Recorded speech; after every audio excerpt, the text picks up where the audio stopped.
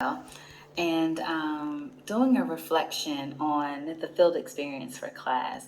And as you know, watching the Atlas, attending the Atlas sessions, reading the different case studies and then watching the videos after reading and studying the case studies, it really gave me insight on how a teacher approaches English language learners and how they look at the whole child and they incorporate things in the classroom and in instruction to help support that student and to also bring out the strengths in those students as well. Also, listening to some of the charter school board meetings.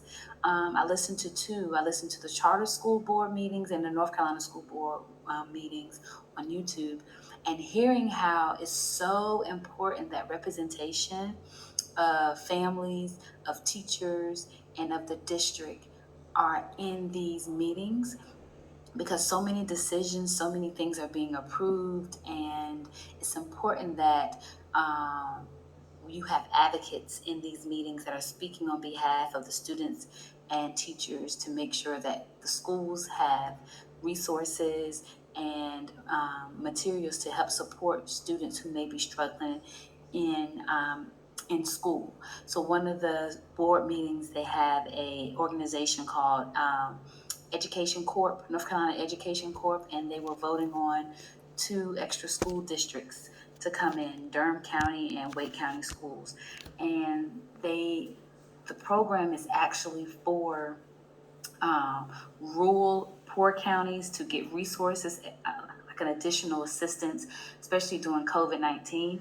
And so Durham Public Schools and Wake County Public Schools wanted to partake in this, and they applied to receive extra support to help their students in achievement gaps. Um, I love the two videos, Talia and the immersion video, and learning how it's important that students have teachers that make school fun, exciting, and they also are empathetic and they look at the whole child. Um, they're they're very consistent, and it helps support that student and bring out um, their strengths and help improve the areas that they're struggling in. I also paid attention to the it was something else. Hold on. I wrote them down. Oh, the website. Yes, I bookmarked the website because in the future, if I'm in a classroom, I would love to use the resources that website, Coloring Colorado.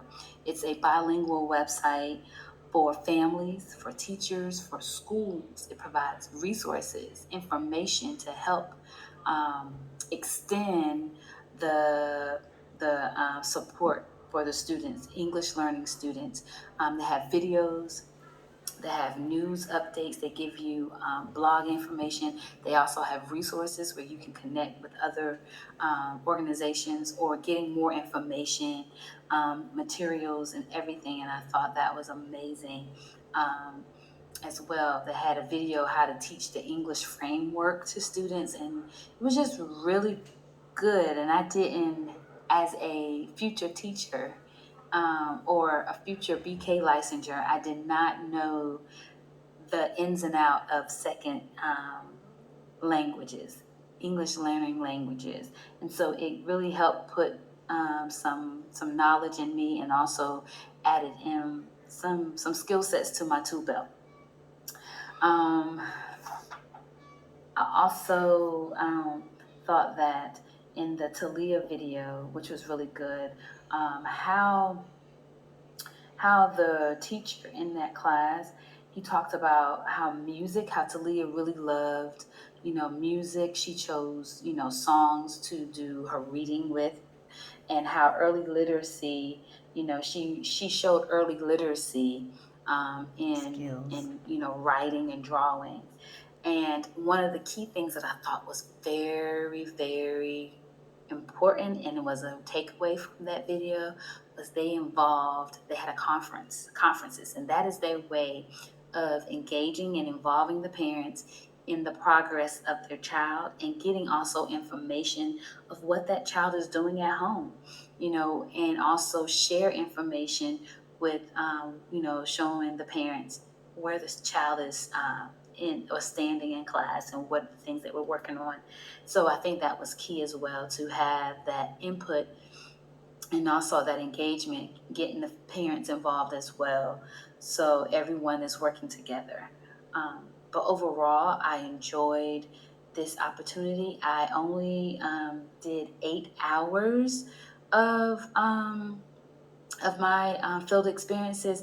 I do work in early childhood education, and I know that's not school age, but we do have 4 and 5 year olds, and we have a kindergartner that's doing e-learning, virtual learning at the center, and I assist him in his classes with helping him with some assignments when he has to do seesaw, and I really saw how he really does not like to be in front of the camera. He's a shy person in front of the camera. He feels like he's being on stage or watched, but he really enjoys doing the asynchronous activities on Seesaw and doing the assignments that way.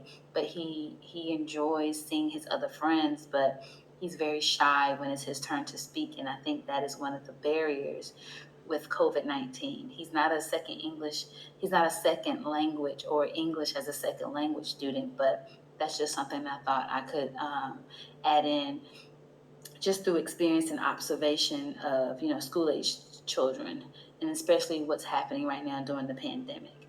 I can only imagine what's happening to those students that are trying to learn English as their second language, and I wonder how it's being done remotely. But I think it's important that teachers look at students as a whole child. It's important that schools are able to receive resources so they can support teachers, and so teachers can provide